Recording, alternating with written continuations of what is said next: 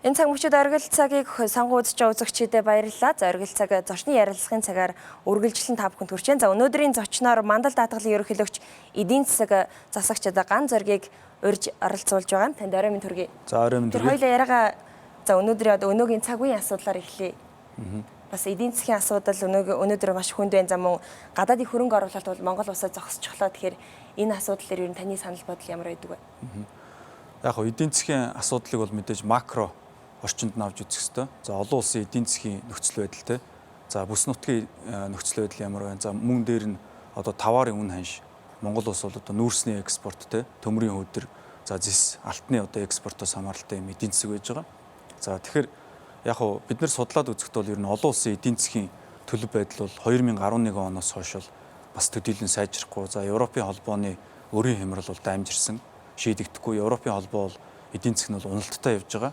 Өөрөөр хэлбэл эдийн засгийн хэмжээ бол хомигдож байна гэсэн үг. Дотоодын нийт бүтээгдэхүүн сөрөг утгатай гарч байгаа. Тэгэхээр Европын холбоо бол өөрөө уучлаарай. Европын холбоо бол өөрөө дэлхийн хамгийн том эдийн засаг байж байгаа. За дээрэс нь одоо Америкийн эдийн засаг бол төсвийн хямралд бол 2012 онд бас тодорхой хэмжээний асуудлууд бол байсан. За харин бидний хийсэн судалгаанаас харахад 2013 он гараад эхний одоо хагас жилээр бол ер нь олон улсын эдийн засгийн төлөв байдал бол бас сайжирч магадгүй зарим индикаторууд бол харагдаж байна. Тэгэхээр Монгол улсад одоо улсын хурлаас стратегийн ач холбогдлохын салбарт одоо үйл ажиллагаа явуулж байгаа аж ахуй нэгжүүдэд гадаадын хөрөнгө оруулалтыг одоо зохицуулах тухай хуулийг одоо батлаад гадаад ингэж баталсаар одоо гадны хөрөнгө оруулалт эрс багаслаа гэж юу н яригадаад байгаа шүү дээ. Тэгэхээр ямар ч тач одоо засгийн газраас гадаадын хөрөнгө оруулалтын тухай хуулийг одоо өөрчлөлөө улсын хуралд бол чуулганаар удахгүй хилцүүл одоо эрх намрын чуулганаар хилцэн гэсэн сураг бас гараад байгаа. Энэ тухай та юу гэж бодож байна? Яг нь ер нь бол гадаадын хөрөнгө оруулалт бол огцсон буурсан, тэрбум гаруй доллараар буурсан байж байгаа жилийн. За энэ бол хэд хэдэн шалтгаантай. За энэний эхний шалтгаан бол юу гэхээр олон улсын хөрөнгийн зах зээл дээр за хөгжиж буй тэ Монгол мэтийн орнуудаас бол хөрөнгө гадагшлах урсгал бол явсан сүүлийн 18 сарын турш. За бидний авж байгаа мэдээгээр бол одоо Монгол мэтийн фронтиер зах зээл гэж ярьдаг. Энэ бол одоо хөгжиж байгаа орнуудын хамгийн одоо сүүлийн одоо дугаарт явж байгаа юм зах зээл гэсэн.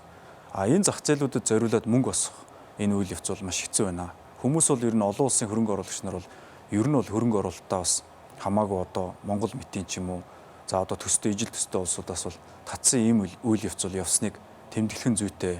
За дээрээс нь дахиад одоо Монгол улсаас одоо олон улсад өгж байгаа мессеж те сүүлийн одоо 12 за 12-оос 15 сарын турш өгж байгаа мессеж бол ерөөхдөө бол бас сөрөг хандлагатай байлаа.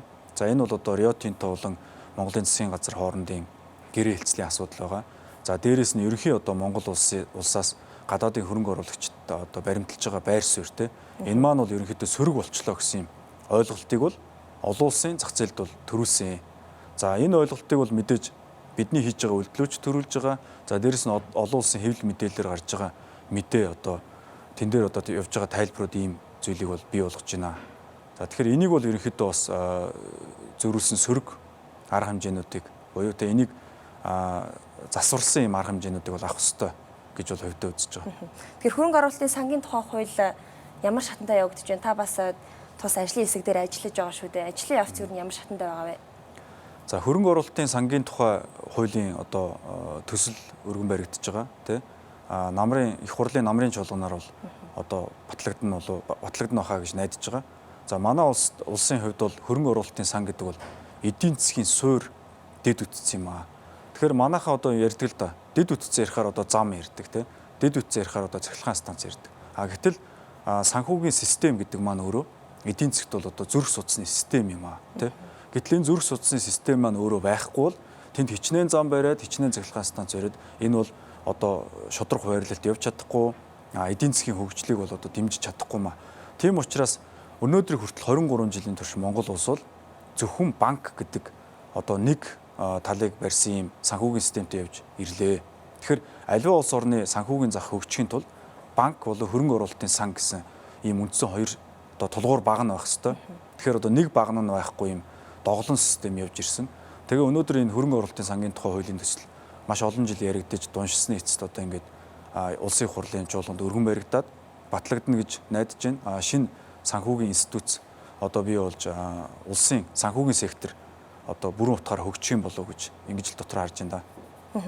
Тэр эрх бүхий хүмүүсийн хувьд хөрөнгөний зах зээл дээр одоо ханшиг унгах одоо үйл явц явагдаж байгаа гэсэн одоо албаар одоо унгах одоо үйл ажиллагаа явуулж байгаа гэсэн зүйл байгаа. Та бас хөрөнгөний зах зээл дээр дийлэр байсан хүний үед энэ тал дээр юу ямар байр суурь ханддаг вэ? Яг хөө ер нь та Монголын зүгээс асууж байгаа бол тэр ч одоо оюу толгой хувьцаан дээр ярьж байна л да. Оюу толгойн хувьцааны хувьд бол ханш бол маш уналттай явж байгаа. За энд бол мэдээж олон улсын нийт хөрөнгө оруулагчдын хандлага байна тийм үү? Монгол оюу толгой гэдэг маань өөрөө Монгол улсыг илэрхийлж байгаа. Тэгэхээр Монгол улсад хөрөнгө оруулалтаа хийж байгаа одоо Америкийн нэг тэтгэврийн сан ч юм уу, за Хонконгийн нэг хөрөнгө оруулагч бол яаж байгаа вэхээр Монголд ирээд шууд хөрөнгө оруулалтаа хийж болно. За энд барилгын төсөлд мөнгө хийдэг ч юм уу, одоо уул уурхайн лицензд хөрөнгө оруулдаг ч юм уу те. Эсвэл эсрэгээр тэнд гэртээ суужгаад шууд оюу толгойн хувьцааг олон улсын зах зээл дээрээс авчиж худалдаад авч болж байгаа. За ийм байдлаар бол одоо маш их хэмжээний хөрөнгө оруулагч нар Монголын эдийн засгт одоо ихтгэл найдвар өгж оюу толгойн хувьцааг бол авсан. Гэтэл оюу толгойн хувьцаа бол маш унаад байгаа нь нэгдүгürt за Монгол улс бол ер нь одоо оюу толгой гэдэг төслийг бол явуулах тал дээр нэлээд удах нэ, цаг авах нэ, тийм гэр хэлцэл дуусахгүй нэ гэдэг ийм хүлээлтийн цөхрөлт гэх юм уу да, тийм ийм зүйл ажиглагдаж байгаа. За нөгөө талаас бас зарим эдийн засгч нар ярьж байгаа. Rio Tinto компани маань өөрөө бас яг энэ оюу толгой гэдэг компани хувьцаан дээр ямар байр суурьтай байна вэ, тэ? Оюу толгой компани хувьцаа унсантай холбоотой ямар нэг тийм хувьцааны үн хашийг дэмжих тийм мэдээлэл ч юм уу мэдээлэл ерөөсөө гаргах сонирхолгүй байх шиг бас ажиглагдаад байгаа тал бий ер нь бол. Ер нь Монгол улсын хувьд уул уурхайн бүтээгдэхүүнээс төсөөлсөн орлогоо ер нь олж авах боломж ер нь хэр байгаа вэ? За ерөнхийдөө бол хятад эдийн засгийг судлаад үзэхэд бол хятад эдийн засгийн өсөлт дунд хугацаанд тогтвортой өндөр байна. Тэгэхдээ өмнө хүрж исэн шиг одоо 12%, 14% бол хүрэхгүй нэ. Ер нь бол бидний ажиглаж байгаагаар 7 орчим хувь дээр жилийн эдийн засгийн өсөлт нь тогтворчих юм байна. За тэгэхээр эндээс манай үзэгч нар юу хүлээх ёстой вэ гэхээр өмнө 12, 14% хүрээл те. Австралийн одоо нүүрсний урхаанууд үерт автаад ингэхэд бол Монголын нүүрсний эрэлт одоо маш их болоод за нүүрсний үн ханш бол огцом өссөн шүү дээ. За тэгэхээр ийм зүйл бол дахиж гарахгүй. Тэгэхээр ийм зүйлийг одоо гарч магадгүй гэж одоо хүлээх юм бол энэ бол маш өрөөсгөл болно. Тэгэхээр энэ нүүрсний үн ханш оюу толгойн төсөл бол өнөөдөр Монголын эдийн засгийн хувьд бол эрсдлийн шинжээчдийн нэрлэлдгээр одоо хар хүн гэж ярьдаг те. Ийм үйл явдал болчиход байна. Хар хүн гэж юу вэ гэхээр ерөөсөө хинч тооцоог одоо эдийн засаг өснө маш сайхан байна гэж явж итэл гинтхэн нэг өдөр нэг мэдээ гараад бүх юм оронгоороо ирэхийг хэлдэг олон улсад те. Ийм үйл явдал болчиход байна л да. Одоо ганц худалдаа авагч хамгийн том зах зээл бол Хятад улсын шүү дээ. Хятад улсын зүгээс 2040 он хүртэл бол нүүрсний хэрэгцээгээ багасгана. Ер нь ногоон одоо эдийн засаг ногоон орчин руу одоо шилжнэ гэсэн зүйлийг ярьж эхлэв. Стратегийн ийм бодлого баримтлахаар төлөвлөгдөд байгаа. Тэгэхээр манай улсын хувьд нүүрсний зах зээл бас жоохон хаалттай болох үүд нэгдээд энэ үгсэн хардлага төрөөд байгаа л та. Манай улсын хувьд бас эрсдэлтэй алхам болоод байгаа юм шиг санагдаж байна. Энэ тал дээр ер нь таны байр суурь. Энэ тал дээр манай судлаачдын хийсэн анализыг би өнөөдөр өглөө авч үзлээ. Хятад эдийн засгийн талаар, нүүрсний ханшийн талаар анализ хийсэн байгаа. Тэгээд эндээс харахад бол ерөнхийдөө бол нүүрсний эрэлт бол тасралтгүй өсөх юм байна. Хятад улсын зүгээс. Гэхдээ Монгол улс бол Хятадын цорын ганц нүүрс нийлүүлэгч биш гэдгийг санах ёстой. Яг одоо манайх одоо зөвхөн Оросоос нефтээ авдагтай адилхан ийм нэг талын өрөөсгөл зүйл бол биш те. Бидэнд Австрали гэдэг өрсөлдөгч байна. Индонез байж байна. За одоо сүүлийн үед Оросын том нүүрсний ордууд нэгдэж байна. Төмөр зам барьж байгаа тухай асуудал яригдж байна. Тэгэхээр Хятадын нүүрсний эрэлт бол өснөө цааш. Тэгвэл өсөхдөө бол тийм огцом 2010-11 онд ажиглагдсан шиг ийм огцом одоо халуурал хөөсрөл бол явахгүй. Тэгэхээр Монгол улс геополитикийн хувьд бол Хятад улсын одоо найдвартай түнш нийлүүлэгч байх ёстой. Ингэсэн тохиолдолд бол нүүрсний зах зээл бол аврагдана гэж харж байгаа. Тэгэхээр хувийн сектортой холбоотой нэг асуудлыг хүндэж асуумаар юм л да. Energy Resource компани Монгол улсад одоо зам барьсан байгаа. Гэтэл 10 жилийн дараа хуулиараа бол 10 жилийн дараа ус хүлээж авах ёстой. Гэтэл саяхан одоо ус бол одоо хүчээр одоо буцааж авна гэсэн зүйлийг яригадад эхэллээ. Та бас худалдаж авна гэсэн зүйлийг ярьсан. Таны хувьд одоо хувийн секторт ажилладаг хүний хувьд энэ тал дээр ямар байр суурьтай вэ? Улсын зүгээс ингэж хүчээр ингэж худалдаж авах асуудал бас буруу юу зөв үү? Таны хувьд юу гэж бодож байна?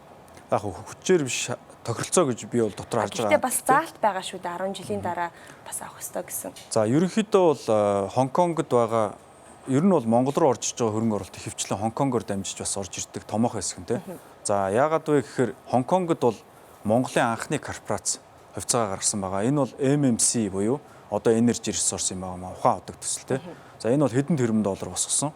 Тэгэхээр энэ MMC гэдэг Mongolia Mining Corporation гэдэг Хонконгийн бирж дээр бүртгэлтэй компани бол Монголын олон улстайгаа цорын ганц том корпорац байгаа. Хэдэн тэрбум долларын хөрөнгө оруулсан.